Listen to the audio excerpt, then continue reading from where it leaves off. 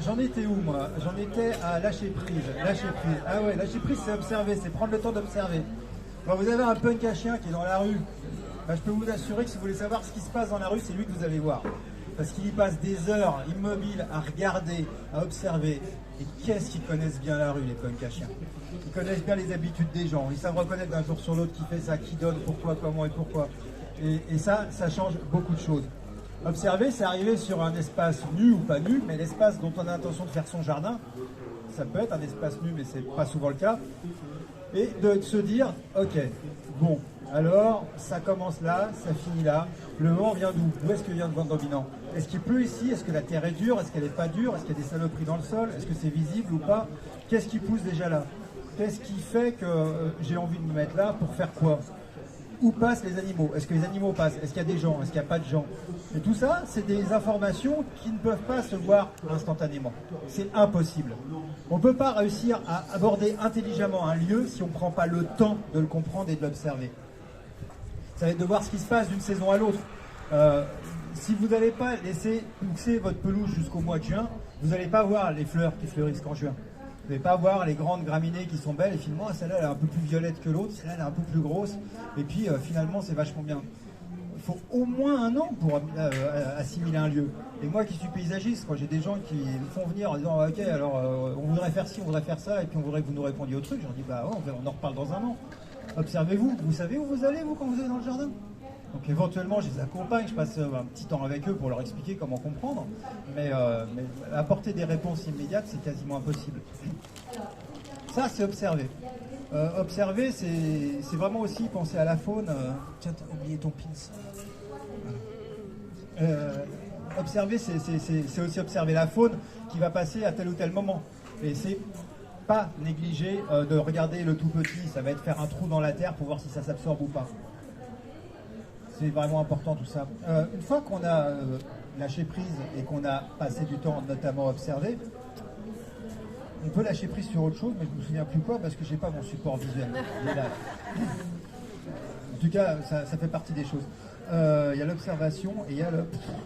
Bon, faudrait que je prenne mon bouquin en fait, mais pour pouvoir s'y être dedans. Non, mais c'est pas grave, laisse tomber, on va faire ça. Je reviendrai peut-être dessus après. Il y a un deuxième point qui est important dans la culture punk et qui peut me servir à articuler la pensée du jardin punk, c'est nos futurs. Qui n'a pas entendu nos futurs en disant ah, c'est un truc de punk, ouais nos futurs mec. Bah ouais, ça veut dire quoi nos futurs? Ça veut dire que le mouvement punk il a été créé à un moment où on ne croyait absolument pas en nos chances d'avenir. L'avenir qu'on nous proposait était soit pourri, soit impossible.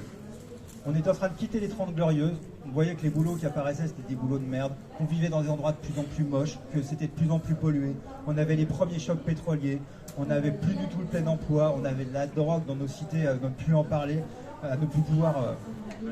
enfin, on en avait bien quoi, bref, tous les emmerdes qu'elle avait avec. C'était quand même pas très très cool comme époque. Ça veut dire quoi nos futurs? Ça veut dire qu'effectivement, en plus à l'époque, on avait la guerre froide, où on ne savait pas si c'était les Américains ou les Russes qui allaient nous faire péter la planète, mais on avait quand même de très très très fortes chances que l'un ou l'autre ou les deux y parviennent. Et nous on était au milieu, c'était cool. Comment tu peux avoir espoir en l'avenir dans une situation pareille quand tu es un tant soit peu conscient? Alors c'est facile quand tu habites dans un endroit super protégé, que tu es riche, que tu es machin, mais quand tu es môme dans une cité HGM, je peux dire que tu ne vis pas les choses pareilles. Avec la télé en plus à l'époque où il n'y avait aucun filtre. Nos futurs, c'est le présent. Il y a un proverbe arabe que j'adore qui dit « Le passé a fui. Ce que tu espères est absent, mais le présent est à toi. » Et la culture punk est une putain de culture du présent. On n'accepte pas qu'on nous impose quelque chose au présent, sous prétexte qu'il faudrait le faire et que c'est la loi ou que c'est une obligation. Non, on va faire qu'un truc si on juge que c'est pas absurde. C'est bon, on n'est même pas sûr d'avoir un avenir. On va pas non plus se gaver des emmerdements au quotidien. Ça veut dire aussi que le futur, on n'a pas forcément la main dessus. Et ça, je sais pas, il y a quelques petits échos aujourd'hui avec ce qu'on vit, je sais pas, réchauffement climatique ou un truc comme ça, réchauffement pneumatique, pneumatique, c'est ça. Bref, 2-3 trucs comme ça, érosion de la biodiversité, il y a des points communs quand même entre ces époques. Donc le futur, il est au-delà de l'incertain. Et d'ailleurs, il faut sortir un petit peu du concept de durable, parce qu'on nous vend du durable à tir larigot. Merci le durable de quoi? Moi j'ai pas envie que le monde actuel est dur, hein, très sincèrement. Et puis en plus ça veut rien dire. Un jardin durable c'est quoi? Là, vous pouvez voir une photo, par exemple. C'est très impressionnant. Très impressionnant. D'un jardin qui n'a pas été touché pendant 10 ans, qui était un petit jardin absolument parfait, avec ses petits arbres, ses petits rosiers, ses petits bilules. Et là, vous y rentrez à la machette si vous y parvenez à y rentrer. Il y a des saules qui font 4 mètres de haut, non, 4-5 mètres largement, et c'est impénétrable. C'est le même jardin. Et là, il est durable. Il n'y a juste plus le jardinier. Ça fait 10 ans qu'il n'y a plus de jardinier. À quoi on peut dire que durable, ça signifie définitif, surtout quand on parle d'un jardin. Un jardinier, c'est un usager provisoire. Le possesseur du jardin, mais fais-moi rire, tu es locataire d'un jardin, qu'est-ce qui va se passer après toi? Ça a été quoi avant toi? Donc c'est sortir vraiment de ces considérations qui disent qu'il faut absolument s'inscrire dans le futur, sinon on va se retrouver avec Versailles, et ça n'a plus tellement de sens. Versailles, qui comme la plupart des jardins, ont fini par être l'exaltation de la domination de l'homme sur le vivant, sur la nature. C'est une très forte démonstration. On peut mettre la nature au pas pour lui faire faire ce qu'on veut. Et la fin du 19e siècle était terrible là-dessus. Versailles, c'était fini depuis longtemps déjà, mais au 19e siècle, en termes de production agricole, vous n'imaginez pas, pour beaucoup d'entre vous, ce que ça pouvait être. Le moindre mur devait être productif. On avait des palmettes sur des façades complètes qui montaient à plusieurs mètres de haut pour produire du fruit, parce que déjà les milieux urbains n'étaient pas sûrs d'être autonomes. Les murs à pêche à Montreuil, c'est banlieue est de Paris. Vous imaginez, c'est un petit patelin Montreuil, hein, c'est pas très gros. Ça touche Paris, il y avait 600 km de vergers mûrs. Des murs, 600 km contigus d'arbres fruitiers qui produisent. Sur un patelin qui était, à l'époque, je ne sais pas s'il y avait 2000 habitants. Tout ça sous forme de labyrinthe. Donc effectivement, on a su faire la démonstration de ça. Aujourd'hui, on a une vague idée de là où ça nous mène. En tout cas, on sait où ça nous a déjà mené jusqu'ici. L'érosion de la biodiversité, le maintien, la maîtrise, c'est bien. Peut-être que ça nous nourrit. Actuellement, ça nous nourrit. On ne peut pas dire l'inverse. Ça a nourri les gens par le passé, mais à quel prix? Là, le prix, il est un peu cher à payer. Et effectivement, ça commence à oblitérer nos chances de futur. Peut-être qu'il faut un peu lâcher prise là-dessus aussi. C'est peut-être là qu'il était... Non, c'est pas là. Après, il y a autre chose. Il y a transgresser. Je vous ai parlé du lâcher prise, je vous ai parlé de nos futurs. Maintenant, je vous parle de transgresser. C'est extrêmement important de transgresser.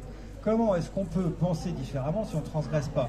D'ailleurs, c'est pour ça que c'est important d'avoir des cadres. Sinon, on n'a rien à transgresser. C'est très chiant un monde où il n'y a rien à transgresser, en fait. Il ne se passe pas grand-chose. Et je m'amuse à montrer sur ces fameuses images comment, par exemple, aux Pays-Bas, ça fait longtemps qu'on enlève des pavés sur les pieds de mur pour pouvoir planter des plantes et décorer. Ça ne gêne pas, dans une ville comme Amsterdam ou Rotterdam, d'avoir quelqu'un qui s'est pointé au pied de sa baraque, qui a viré les pavés de la ville pour faire grimper une glycine sur plusieurs dizaines de mètres de haut. C'est pas grave. C'est normal parce que là-bas, c'est intégré, culturellement, ça s'est pas perdu. En France, on a galéré pour arriver à ça. En France, on a foutument galéré parce que c'est bien les cadres à transgresser, mais il est sacrément solide en France, le cadre. Un peu épais, un petit peu épais des fois. Ça va, il commence à voiler, puis on trouve des fêlures, mais quand même. Et donc, il y a des gens qui ont commencé à transgresser, qui se sont dit on va quand même occuper l'espace public. Puis on leur dit une fois leur truc, parce qu'on dit non, t'as rien à foutre dans l'espace public. Puis ils refont. On leur arrache, non, c'est pas bien, t'as pas le droit. Puis ils refont des trucs de plus en plus moches, et au bout d'un moment, l'administration se sent un petit peu obligée de dire bon, ok, on va faire un truc qui s'appelle les permis de végétaliser, et puis ça va le faire. Et c'est lié notamment au fait que des gens ont été très transgressifs et ont forcé la main aux collectivités. Et ce qui est marrant, c'est que plus ça devenait moche, plus ça a contraint la collectivité. C'est plutôt rigolo. Qu'est-ce que je peux vous dire d'autre comme transgression? J'adore aussi cette transgression J'aurais adoré être dans le bureau du mec à qui un jour un type est venu dire on va arrêter de tourner le parc et on va mettre des moutons à la place. Ça, franchement, aujourd'hui, vous avez tous vu ça, de l'éco-pâturage à droite à gauche, mais il y a 20 ans, c'était juste impensable. Moi, j'aurais dit ça à l'école, on m'aurait dit, mais ça va, quoi, reprends-en un peu. Et tout ça, c'est des formes de transgression. De même, la façon de travailler en tant que paysagiste peut être une forme de transgression.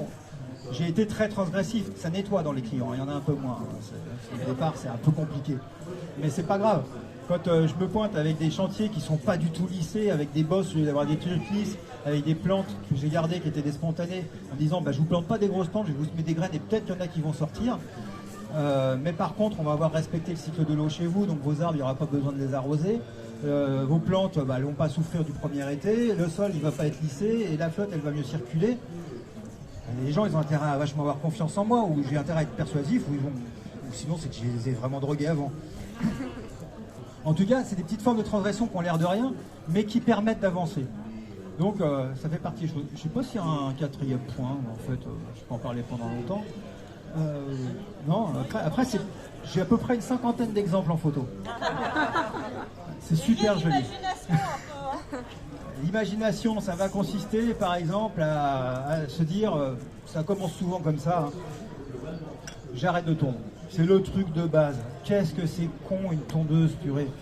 Vous vous rendez compte du mal qu'on fait avec une tondeuse? Et pourquoi surtout? L'immense majorité des gens qui tondent, ils ont un seul argument, c'est parce qu'il faut que ce soit propre.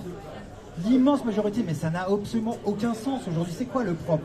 D'ailleurs, un truc qui est intéressant, c'est que aujourd'hui, même l'Organisation mondiale de la santé, l'ONU, il y a un consensus quasiment total. C'est un consensus total aujourd'hui, même d'un point de vue scientifique, c'est un peu difficile, y compris sur le réchauffement climatique, c'est dire.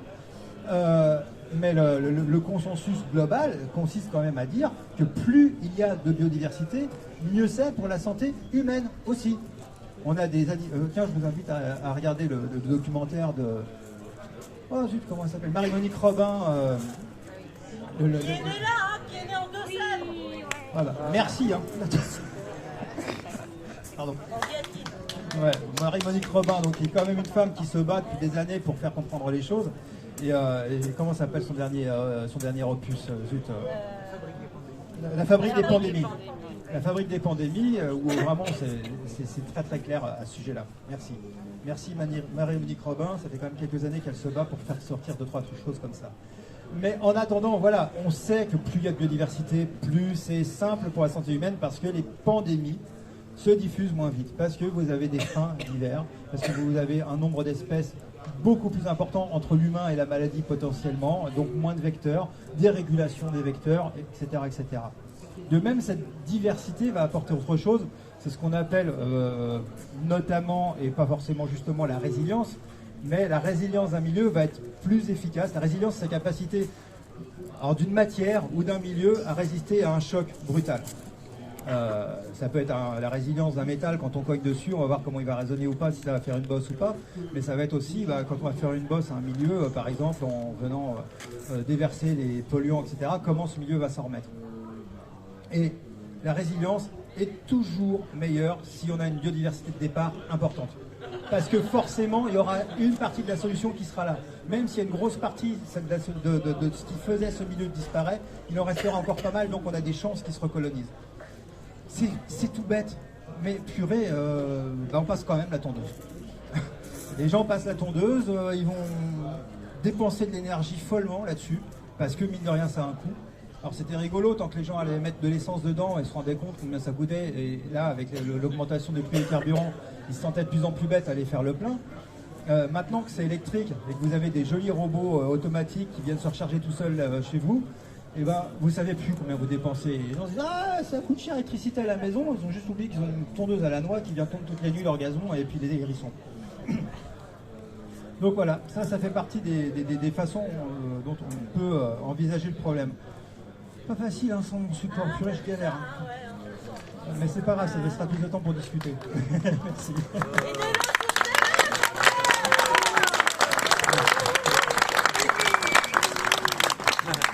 Merci.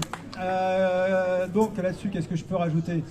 Dans les modes d'action, donc il faut trouver des techniques qui coûtent pas cher aussi, c'est vachement important. Techniques qui coûtent pas cher, ça va être tout bêtement faire appel à ce qui pousse déjà là. Au lieu, ça résout plein de problèmes à la fois, c'est-à-dire qu'au lieu d'aller acheter un truc qui coûte une blinde pour le mettre à la place d'un truc qu'on a coupé parce que c'était pas la bonne espèce, on va se dire finalement c'est peut-être pas la bonne espèce, mais j'ai déjà de l'ombre, le truc il me rafraîchit l'été, il y a des oiseaux qui vivent dedans, parce que si je plante l'espèce de manche à balai qui est à côté, qui m'a coûté 55 balles, dont je suis pas sûr qu'il va pousser parce qu'à cause du réchauffement climatique il a peut-être cramé dès le premier été, on n'a pas forcément fait que du gain. Donc ça fait partie des choses. Faire avec ce qu'on a, qu'est-ce que c'est utile? C'est changer donc les outils et c'est changer comment ça s'appelle? Pas seulement les imaginaires, mais les façons de faire.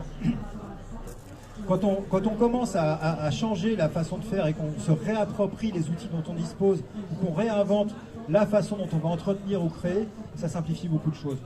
Et pour ça, faut quand même mettre un coup de pied au derrière, à la fois aux idées préconçues des autres et aux siennes. On a été façonné pour répondre à une demande sociale. C'est-à-dire, les gens ont besoin de faire le plus beau jardin.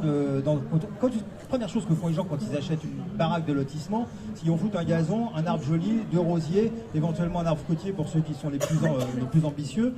Et puis c'est tout, quoi. Pourquoi? Parce que le voisin il a fait la même chose, parce que mes parents ont fait la même chose. Quand on a une maison, on fait du gazon, on plante un arbre. Il y a moyen de refaire des imaginaires un peu différents. C'est par exemple arrêter de planter des haies complètement débiles avec des arbres qui sont destinés à vivre dans la nature jusqu'à 25 ou 30 mètres de haut. Je ne sais pas si vous avez déjà vu un thuya autrement que taillé. S'il y en a qui en ont déjà vu. Ouais. C'est sublime. Enfin, c'est beau comme un séquoia. Ça fait 25 mètres de haut. Et vous avez des palanquets de couillons qui, toutes les semaines, essaient de les rabattre à 2 mètres de haut. Enfin, c'est pas possible. L'arbre, il est fait pour aller à 25 mètres. Il peut pas être en bonne santé, il peut pas être beau, ça peut pas être simple pour vous. Vous avez cultivé le propre truc qui va venir vous fouetter le dos en vous disant « Allez, c'est une tannée le jardin, vas-y, va tanner ton jardin. » Et c'est pareil avec plein de choses, en fait. Donc c'est une façon de reconsidérer les choses. Bonjour, merci. Merci beaucoup. C'est gentil, j'avais ma gourde, mais j'apprécie énormément. J'apprécie énormément, c'est charmant de votre part. Pour la peine, je vais boire juste pour le principe.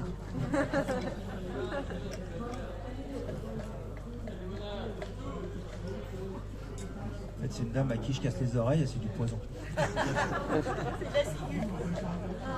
Merci infiniment.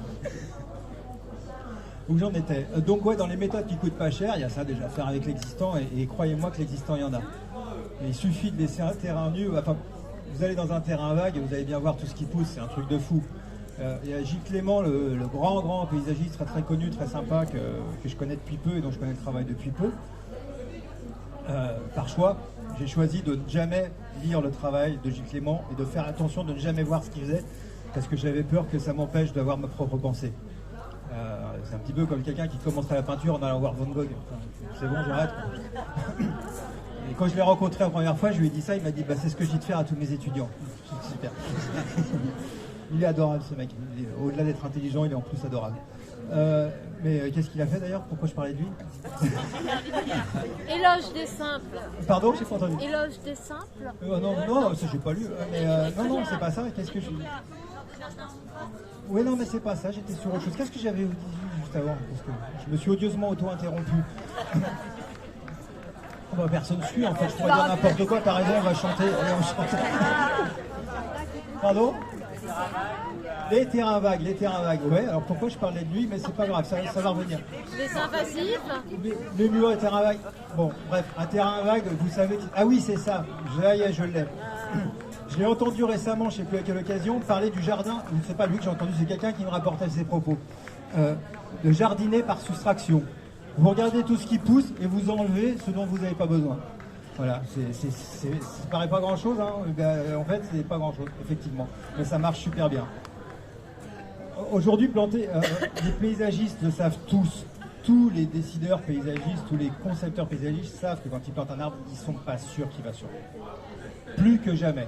Moi, quand j'ai appris à l'école, on m'apprenait, tu plantes ça, tu fais comme ça, tu vas faire comme ça, il va pousser. Aujourd'hui, on n'en est plus du tout là. On ne sait pas ce qui va passer l'été qui vient. À chaque fois. Alors cette année, c'est cool. Cette année, c'est un été plutôt sympa pour les plantations. L'année dernière, ce n'est pas la même histoire. Et donc, faire appel à la flore spontanée, mine de rien, c'est déjà avoir un peu plus de chance que ça marche. Parce qu'elle est venue toute seule, qu'elle a fait sa trace toute seule. Je reprends souvent l'exemple. Je ne sais pas si vous avez déjà semé un gland, mais quand vous semez un gland, vous regardez, ça va très vite. Vous plantez votre gland, quelques mois après, il y a une pousse comme ça en haut, sauf que les racines, elles font ça de long. Et ça, quand vous plantez un arbre, vous avez complètement rompu cette capacité à aller explorer le sol de façon extrêmement pertinente et efficace, que ce soit pour son ancrage ou pour la recherche de nutriments. Donc, faire appel à la flore spontanée, c'est à la fois économe en temps, en argent et en chance de réussite. Dans les autres choses qui peuvent être vraiment efficaces, il y a des matériaux inertes. On peut s'amuser à faire des tas de parpaings qui sont très sympas une fois que la mousse a poussé dessus. On peut aussi mettre une grosse roche et la mettre en valeur, et ça coûtera beaucoup moins cher qu'un arbre à arroser. Vous n'arroserez pas en général, vous n'arrosez pas les cailloux. On a aussi une technique que j'aime beaucoup, qui est une technique japonaise, du jardin japonais, qui s'appelle le shakei, qui est ce qu'on appelle, ce qu'on traduit parfois comme l'emprunt du paysage. Je trouve ça vachement plus rigolo de dire le vol du paysage, qui consiste à, depuis son jardin, donner l'impression qu'un élément extérieur au jardin en fait partie. C'est tout bête, mais vous trompez les perspectives pour qu'un arbre qui est à 400 mètres, il donne l'impression d'être chez vous. Et c'est tout bête aussi, quand vous avez laissé pousser l'herbe comme ça, on ne voit plus les limites du jardin. Quand elle est à ras le sol, vous voyez la clôture, vous voyez que chez l'autre c'est moche, et puis chez vous c'est pas terrible. Vous avez laissé pousser l'herbe haute, vous avez un petit peu caché la misère de tous les côtés, et en plus vous avez l'impression que votre jardin est plus grand. Là-dessus, vous faites vos petites allées parce qu'il faut bien aller quelque part, et puis les allées, ça va faire des perspectives, ça donne l'impression encore que ça l'agrandit, ça c'est plutôt rigolo. Quand je vous parle des tondeuses et je trouve ça débile, ça ne veut pas dire qu'il faut rien tondre. On peut dans l'absolu ne rien tondre. Mais déjà, si on se contentait de tondre que ce qu'il y a besoin réellement de tondre, que ce soit pour l'esthétique ou pour le plaisir, on en laisserait beaucoup moins. Aujourd'hui, on s'amuse de plus en plus, et si vous n'allez pas très loin à Poitiers, vous avez une gestion différenciée qui est plutôt pertinente. Vous allez voir qu'au lieu de faire des massifs de plantes qui coûtent une blinde, vous allez faire des massifs de gazon que vous allez laisser pousser. Il se passe quelque chose, vous allez gérer des volumes. Et aujourd'hui, on a des concepteurs paysagistes ou des... comment on appelle ça, des gens qui font des trucs avec des jardins, qui s'amusent à faire des graphismes seulement en tondant à différents endroits. Moi, je me souviens d'une dame qui m'avait envoyé une photo de sa pelouse au printemps où elle faisait un petit cœur où on voyait les pâquerettes. Le reste était haut, et puis une fois que les pâquerettes étaient finies de fleurir, elle tondait les pâquerettes. Mais sur un jardin de 200 mètres carrés, elle avait fait son jardin punk en laissant pousser les herbes sauvages et en faisant son cœur de pâquerettes. Ça marcherait très bien, ça coûte rien. Au niveau temps, c'est que dalle. Au niveau énergie, c'est très très peu. Et l'énergie, justement, quelle énergie on dépense pour tailler une haie, par exemple? Les haies, je ne vais pas vous dire qu'il n'y en a pas besoin, c'est pas vrai. C'est très utile, notamment à certaines formes de biodiversité. Vous enlevez les haies, il y a une bonne partie de la faune qui peut disparaître. Tout comme si vous enlevez le chardon, que vous tolérez évidemment chez vous, le chardon, vous n'avez plus... le chardonneret sans chardon, il n'y en a plus. Et l'érosion de la population de chardonneret est certainement très très liée au fait que l'on est tenu par la loi de détruire les chardons. Vous y êtes tenu. Vous êtes tenu, c'est dans le code napoléonien qui n'a pas beaucoup évolué. Et le chardonneret, l'oiseau, non, pas de détruire le chardonneret, de détruire le chardon. C'est pour ça qu'il s'appelle comme ça. Parce qu'il va consommer ses graines, parce qu'il va beaucoup s'alimenter autour du chardon. Mais le chardon est une plante qui alimente un cortège d'espèces extraordinaire. Entre les insectes butineurs qui vont sur ses fleurs, les insectes qui vont manger ses tiges ou vivre dans les tiges en hiver, les oiseaux qui mangent ses graines. C'est vraiment un énorme cortège d'espèces. Même les oiseaux qui vont qui vont boire à l'aisselle des feuilles après une pluie. C'est nécessaire. D'autant plus que là-dessus, ils sont à l'abri des prédateurs qui viennent du sol. C'est un exemple parmi d'autres. Vous êtes tenu par la loi de les virer. Alors la loi, elle n'est pas que débile. Excusez-moi, je fais des allers-retours de temps en temps parce que j'ai pas ma structure, c'est un peu compliqué. Mais c'est pas complètement idiot de dire aux gens détruisez vos chardons. Parce qu'à une époque où on n'avait pas de désherbant chimique, où quand il y avait du chardon dans une culture, ça flinguait les 3/4 de la culture, c'était quand même un peu risqué aussi de laisser les chardons proliférer. Et même aujourd'hui, moi j'ai pas. C'est un des gros problèmes en agriculture bio, c'est le chardon. J'ai pas forcément envie que mon voisin en bio soit emmerdé avec mes chardons dans sa culture, qui va lui rendre la vie encore plus difficile, alors qu'on sait que c'est pas forcément facile pour eux. Et puis mon conventionnel à côté, j'ai pas non plus envie qu'ils mettent 2 fois plus de Roundup pour se débarrasser des chardons qui viennent de chez moi. Donc il va falloir trouver un deal entre ce qui est tolérable ou pas. Mais il est hors de question de faire disparaître les chardons. Absolument hors de question. De même, si on a tondu autour des maisons, etc., c'était à la fois parce qu'il y avait des gens qui avaient un ego comme ça et qui se prenaient pour Versailles partout où ils allaient en disant la France, le jardin français, c'est beau. Oui, c'est beau, dans un musée, on n'en a rien à foutre chez nous. Mais en tout cas, qui voulaient quand même faire une démonstration d'une assise sociale, d'une réussite, d'une maîtrise. Il faut que ça fasse propre, et ça fait propre, effectivement. Mais vous avez aussi un réel sujet qui est les parasites, qui sont ce qu'on appelait la vermine autrefois, les gens n'avaient pas forcément intérêt à ce que les serpents, les rats puissent se cacher dans les herbes au long de la maison. Autour des maisons, c'était cliné. Éventuellement, il y avait quelques plantes ornementales, mais on ne laissait pas les herbes folles. On n'avait pas envie de s'attraper des tiques à chaque fois qu'on allait chercher du bois. Évidemment, on ne peut pas complètement idéaliser. C'est un truc qu'il ne faut pas idéaliser, c'est la nature. C'est pas possible. Alors, pour la peine, vous n'aurez pas les photos de Pripyat. Tout ça, en fait, ça m'a conduit aussi à me dire, ok, je commence à avoir des arguments pour aller voir les élus, les décideurs, tout ce que vous voulez. Mais maintenant, je me prends un nouveau truc dans les dents, c'est on ne peut pas laisser la nature faire ce qu'elle veut parce que ça va tout détruire, ça va être ingérable. Exactement comme je viens de vous dire avec le chardon, dans les cultures, c'est un problème, c'est un réel problème, ce n'est pas quelque chose de facile à accepter. Et puis pareil, quand vous avez de l'élantre, cet arbre avec les belles feuilles palmées que vous trouvez dans Paris et qui pousse dans tous les monuments, que ça commence à faire bouger des immeubles où habitent 20 familles, c'est pas très rigolo. Il va bien falloir trouver un deal. Je suis allé voir en Europe l'endroit où j'avais le plus de chance de voir une ville où on avait arrêté de s'occuper d'entretenir les jardins. Et ça, il n'y en a pas 36, il a fallu que j'aille à Pripyat, qui est dans la zone d'exclusion de Tchernobyl, qui est une ville nouvelle, créée dans les années 70 pour 20 000 habitants, qui était exactement conçue comme la cité où j'ai grandi, comme la plupart des cités de cette époque. C'était simple, de toute façon on mettait une grue au milieu, elle faisait 4 immeubles, à la place de la grue on faisait un square. C'est comme ça que ça marchait. C'est pour ça que vous avez tous ces grands ensembles de l'époque qui ont été faits sur le même modèle. Et avec des jardins où on retrouve sensiblement les mêmes espèces que moi j'ai connues dans les années 80 quand j'étais boufflet, qui avaient été plantées là-bas dans les années 70-80. Sauf qu'en 1986, il y a eu un petit truc rigolo, il faudrait qu'on en reparle à Janco. Il y a un petit truc rigolo qui a fait pouf, et puis tout le monde a dû se barrer. Alors je dis rigolo, franchement, je tiens toujours à préciser que ça a été un moment très difficile pour moi d'aller là-bas intellectuellement, parce que j'étais à la croisée d'une joie immense de voir le retour de la nature et du désespoir total de voir le mal qu'on avait pu faire aux humains qui vivaient là et la connerie humaine. Mais bon voilà, c'était très très dur à vivre. Mais je vais en parler de façon gaie. C'est un petit peu comme la fin du monde. Ça passe toujours mieux avec une bonne musique. Le fait est que là-bas, j'ai découvert qu'effectivement, la cité où j'avais grandi, en 30 ans sans entretien, on a une forêt qui est topissime. Et entre les immeubles, on a des forêts de bouleaux, de saules, de peupliers. Là-bas, il n'y a pas trop de chênes encore. Ce n'est pas les essences dominantes. Sous climat continental, donc avec des hivers très rigoureux, des étés très chauds, dans un sol sableux.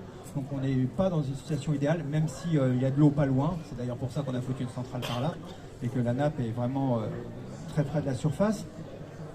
En tout cas, ça pousse. Et la bonne nouvelle, c'est que non seulement ça pousse, mais en plus c'est beau. C'est sacrément beau. Bon, il y a des inconvénients, effectivement. Alors, quand on commence à grimper sur les immeubles et qu'on se rend compte qu'on a des roselières sur les toits terrasses, c'est pas bon signe pour l'immeuble. Quand on a des bouleaux et des pins qui poussent sur les terrasses, c'est pas bon non plus. En général, là, on sait que c'est la limite. Et d'ailleurs, j'ai vu, à l'époque où j'y suis allé, c'était 2013, les premiers immeubles qui tombaient. Et c'était intégralement lié à la présence d'arbres sur les toitures. C'est ça, on fait une ouverture, l'humidité rentre, l'humidité plus gel, en général, ça marche bien sur le béton. La bonne nouvelle aussi, c'est de voir que toutes les grandes places où il y avait des peupliers d'Italie, où on faisait défiler des chars entre deux aliments d'arbres, en fait, il y a des peupliers d'Italie partout, il n'y a plus tellement la place pour les chars. C'est une bonne nouvelle pour la végétation, c'est une moins bonne nouvelle pour les gens qui ont des infrastructures à protéger.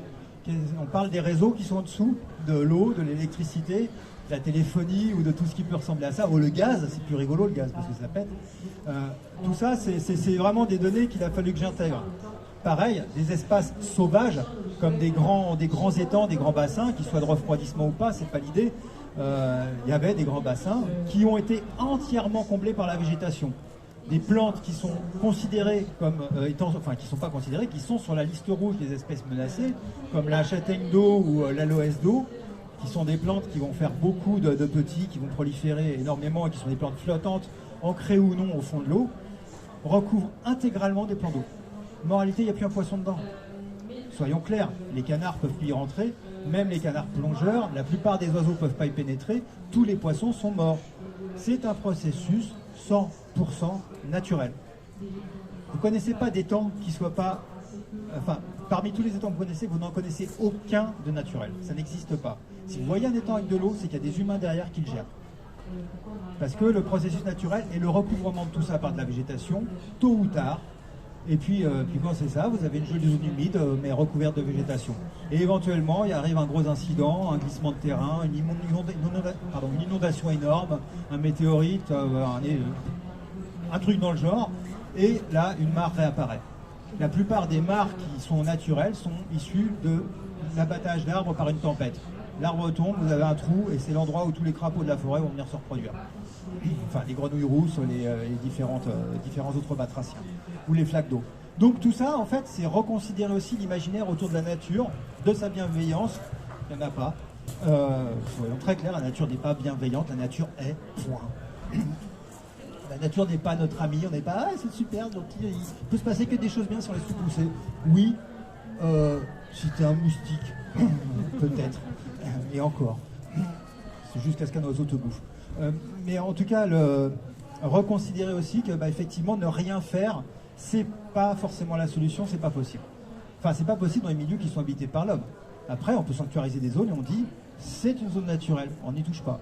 Mais à partir du moment où on interagit avec le milieu, où on exige quelque chose du milieu, les fonctions, ça peut être juste me permettre de passer de là à là-bas, ça peut être cultiver les légumes dont j'ai besoin pour survivre, ça peut être me protéger des voisins, de l'adversité, des voleurs, des bandits, comme on a fait autrefois, en mettant des murs, en faisant des jardins qui sont parfaits.